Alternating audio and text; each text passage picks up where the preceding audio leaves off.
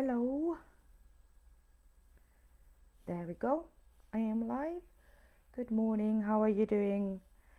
Hope you're well. It's a gorgeous day outside. I cannot tell how happy I am to see sun coming out. I've had several meetings this morning. Um, I hope everybody's okay, and everybody seems to be talking about the situation in Ukraine, and no, it's not a very pleasant situation. And to, I mean, mind you, I come from Sri Lanka. I lived in a war for 30 years, and I'm not trying to make this about me. All I'm trying to say is that stay safe, and let's pray, and let's do more than pray, and really try and be the voice that the Ukrainians need right now, because war doesn't bring us anything. War doesn't win us anything. And I think I saw a post yesterday. Somebody said compassion and empathy is not enough, and I agree. Compassion and empathy is not just enough. I lived in a country with war for 30 years, and other people's compassion doesn't really do much. And we've got to really make a voice and make Ukrainians' voice heard. But if you are feeling anxious about the war and the situation, and I've worked with a lot of people who have been in situations. I'm currently working with somebody who's just come straight from Kabul. When the Taliban took over, and I'm currently working with somebody like that. And I've worked with people who were children when the Iraqi and Iran war erupted. And whenever there's the situations arise, you know, wherever the countries, and I come from Sri Lanka, for 30 years we had that. And whenever these things happen, and it's normal to feel anxious about something. And so, what I really want you to do is really just be in the present, and we've got no control of the situations that's going on. We can make an impact by making a voice, and our voice being heard, and our voice do have a power. Um, and Russia is a very powerful country, by the way, and sanctions not going to help. It's a bit like taking a toddler's toy away. They are resourceful. They've literally got everything they need in that country. So we've got to make a bigger voice. And anyway, the point I was trying to make was, if you're feeling anxious, take a deep breath and try and be in the present. Focus on your breath, focus on your body, focus on your sensations. That's all I wanted to say to begin with. But the topic today is not Russia, not Ukraine, but I just wanted to send my compassion and empathy, and I just wanted to let you know that, just give you a little tip on just being in the present. Just breathe. What I really wanted to talk to you about today is divorce and how it impacts on children, because I've been on several discussions lately about this topic, and I've written some comments somewhere, and I thought I will be here talking about it. So hope you are all well. Um, as always, not trying to make these conversations too long, so I will try and finish this, make it very brief. So, divorce. I come from a very cultural, conventional culture, and it's not really a something that we celebrate. But I would say, when you deal with children, especially, and you've got to contain what is going on in the world in terms of the divorce and the separation and everything, and focus on the children. And divorce is not the end. It is not it is not the end. It's not the end of your life. It is not the end of life, or it is not the end of a connection. It's nothing like that. Divorce is part of life. It happens, and we come to that place, and we've accepted it. And the more we accept it, we've come to that place, the better the solutions are going to be for us. And so, in terms of talking to children about divorce, it's going to be really hard on them. And you can talk to children in terms of the separation, in terms of it being a beginning, it being a continuation of something, continuation of life, and it being a just part of life. So how we react to that situation has a massive, significant impact on children, um, in situations like that. The more we react explosively, angrily, sadly, which are going to be some of the emotions. There's a full range of emotions involving divorce and separation. The the the more we display this in front of children and make them a part of it all, then it becomes more difficult for children. So divorce is a beginning of something. It's beginning of a new life. It's beginning of your growth. It's beginning of freedom, liberation. It's beginning of a different relationship. It can be a beginning of many, many, many things. And divorce or separation is not at all a limitation. It is an opportunity, and it has a full range of emotions, like I said, and experience all emotions. And when it comes to children, the best practice would be to speak to children together and co-parent in a very compassionate and understanding way. It can be difficult if your ex-partner is being difficult, and everybody has their own emotions, and they have a pace to process these emotions. So we've got to allow that to happen. But when it comes to children, we have a responsibility to make sure that we are emotionally there for our children. So, allow the children to see it in a very positive light. Don't attach any judgment to it. The more we judge ourselves in making the decision, the more we pass that judgment to our children as well, the more they're going to feel embarrassed by any questions, any situations socially that may arise from it. So take the judgment away. It is life, it happens. Okay? So take the judgment away from it when you talk to children. It just happens, and tell the truth in a way that children can understand. Children have wisdom, and I trust and I believe and I campaign and advocate for equal relationships with your children. So it's not hierarchy. They don't, that relationship dynamics don't work with children in terms of empowering them. So when you, obviously you're the adult, you're the one who's responsible for their emotions and they're looking after. Children are not responsible for yours. So it's very important that you don't dump all of your emotions on children. So, but you can have a conversation with your children about what is going on, and explain and tell the truth in a way that they understand. So you're not dumping your bag on them, but instead you're there for children's emotions. So they might experience a full range of emotions, from anger to frustration to isolation to loneliness to disappointment to sadness to trauma to just a full range of emotions they might experience. Like I said, it's life, it happens, and it's okay. The more we stay calm and less reactive in situations like that in front of children, and be that solid grounding person where they can connect, you know they're not going to feel isolated in that pain. And that's what matters.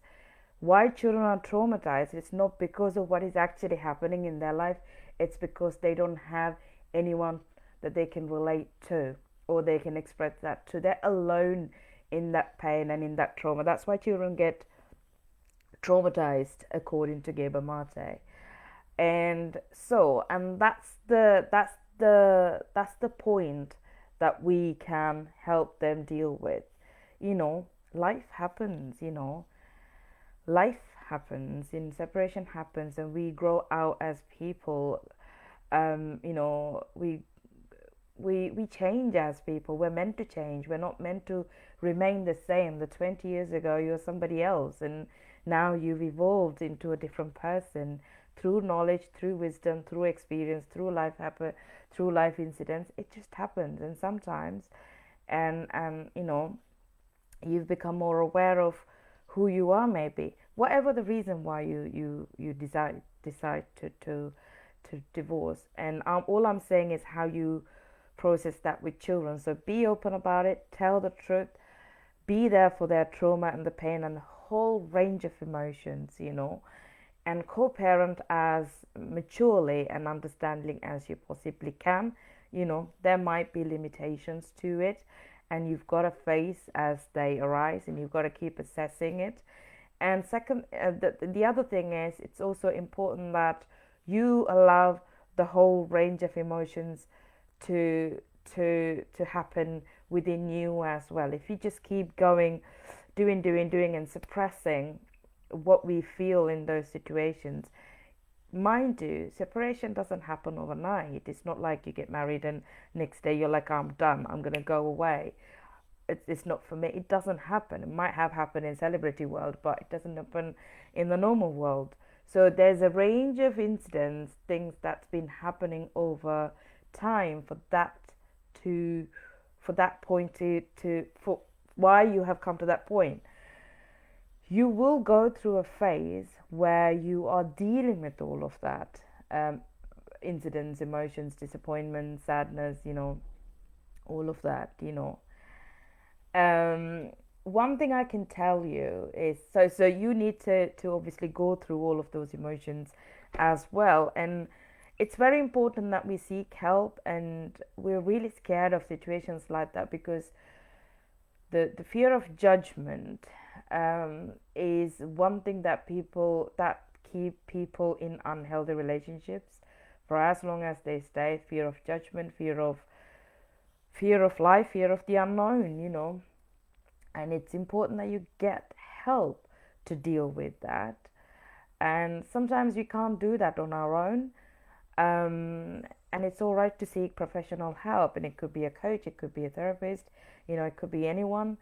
The thing is, when you work with the fear of judgment, it doesn't matter what culture you belong to, what society you belong to, it is going to happen. And people don't know how to react in situations like a separation, you know. And people you've known for years, and people who've invited you, you know, as a couple for years, it's just people don't know how to react. So it's all right, you know, people's reactions you have no control, people's judgment you have no control. And this is why I say always be open with children and be positive with children. When you talk about things, talk about in a more factual, understandable, you know, respectful manner. So you're not disrespecting each other in front of children. You're not, um, you know, putting children through in predicaments where they have to take sides. You know, children don't want to be in that situation. And those are the things. It is not the divorce itself that traumatized children. It is how we handle it that traumatized children. So it's not like you're, you know, if you put a child to the side and think you're going to be the best person by talking, you know, nonsense about other person, you know, the other parent, what you're probably not realizing in your own pain, dumping your own pain, you're traumatizing the child. And that cannot happen. That shouldn't happen. I very rarely use the word should and shouldn't, but that shouldn't happen. Children are there because of us. We gave birth, whatever the reason that we gave birth to. And in situations like this, it is them as the priority, and allowing them to experience the whole range of emotions as they arise. You know, we're not letting them suppress it, because when you suppress children's emotions because it's uncomfortable for you, because you're going through a really tough time as well, when you tell the children to suppress their emotion, whether it's in a, you know, I don't know, snappy way, or anger, or just saying I can't deal with it right now, or having the silence, or whatever the way that you avoid that pain. you know the children will watch how you avoid the pain, and then they will attach a judgment to it, and we can't do that. Life happens to us, and divorce or separation is, it's life, it happens. Like I said, I think I've repeated it over and over again. It happens, and it's okay. um if so Be very open and positive with children, and there's plenty of support for children as well. Children can be asked, offered help. Like I said, just really, really be, practical tips would be to be really open. So things like, let me give you an example. um, you know, so you can say things like, we're separating, mommy and daddy are separating, and it's going to be a hard time for you. We know that. And you can come and talk to us anytime. If you can't come and talk to us, would you like to speak to somebody else? I can have, so and so ready for you to talk to. So you're just creating a platform, but not really pushing for children to take the options, because they have to do it in their own time, in their own phase, as and when. But what you're doing is to say that there is a platform and they can be helped, and then they have the support. And um, work with all the people that who work with children, so the schools, the teachers, nurseries, anywhere that they are going to, any other professionals that the that the children are in contact with regularly. Be open, and talk to them about it, and make sure that the children are safe and are processing it. And children may act out. They might have phases of anger, they might have phases of withdrawal, and it's okay. Just be there for them, okay?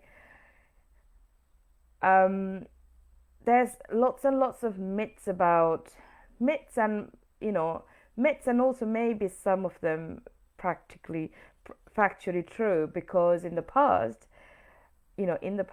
we didn't have the understanding we have about the emotions, and how the psychology works, and how the neurobiology works. So we didn't have the understanding, and the society wasn't as open as today. I would say we still have a long way to go, but it is a little bit open now. It is a little bit more accepting compared to 10, 20, 30 years ago. And you know so I completely lost what I was going to say. I don't know what I was going to say. Now it's lost. Anyway, what I was going to say is, yeah, so it's okay, and children will survive. Just don't say things like, "Oh, children are resilient," or "Children will survive." They will survive if you support them, and if you're there for them emotionally, fully present. Children are children are not necessarily resilient the way that we say they are. Children survive. We have the incredible ability to survive, but the resilience comes from having the space to be able to process emotions, and having the space to be supported. Resilience just doesn't happen overnight just because they're children. That is a lie that we tell ourselves, that children are resilient, they'll be all right. They will be all right if you support them. So it's okay. Separation is okay, and separation is better than being in a toxic relationship. It's better than being in a cohesive relationship. It's better than being in a unhappy, hostile environment. It's better than being in domestic violence, which will be another topic for another day. All of these things will be topics for another day. So that they're okay. They're okay. Just talk about it in more in the light of positivity, opportunity, and just don't attach judgment to it. Deal with it. Process your emotions. Get the help that you need, and don't expect people to hold hands. When you do that, people will help you in the limitations that they experience life. Okay, so if you want people to help you, you need to have the ability to be able to vocalize what help that you need. People can't assume what help you need in situations like that. People are not going to hold hands. That's why there is professional support, that you can ask for. And and it's very important in situations like that we learn to pause and listen to our own gut instinct, because people, like I said, will advise you within their own limitations. People will panic and they will start projecting their own anxieties towards you. And people, some of them will be really, really supportive, and they will be able to create a safe space for you. If you've got those people, consider yourself very lucky. And again, that's, it's life, it happens. It's not the end, it's a beginning. It is not negative, you know and you can see it in a positive light. It's not a situation to survive, it is a situation where you can learn a lot about yourself, and you can ask questions. What do I need in my life? How do I want to live my life? What mistakes have I made in the past? What decisions were not helping me in the past? And you just learn lessons from it. That's all. I hope that's helpful, and see you in another video.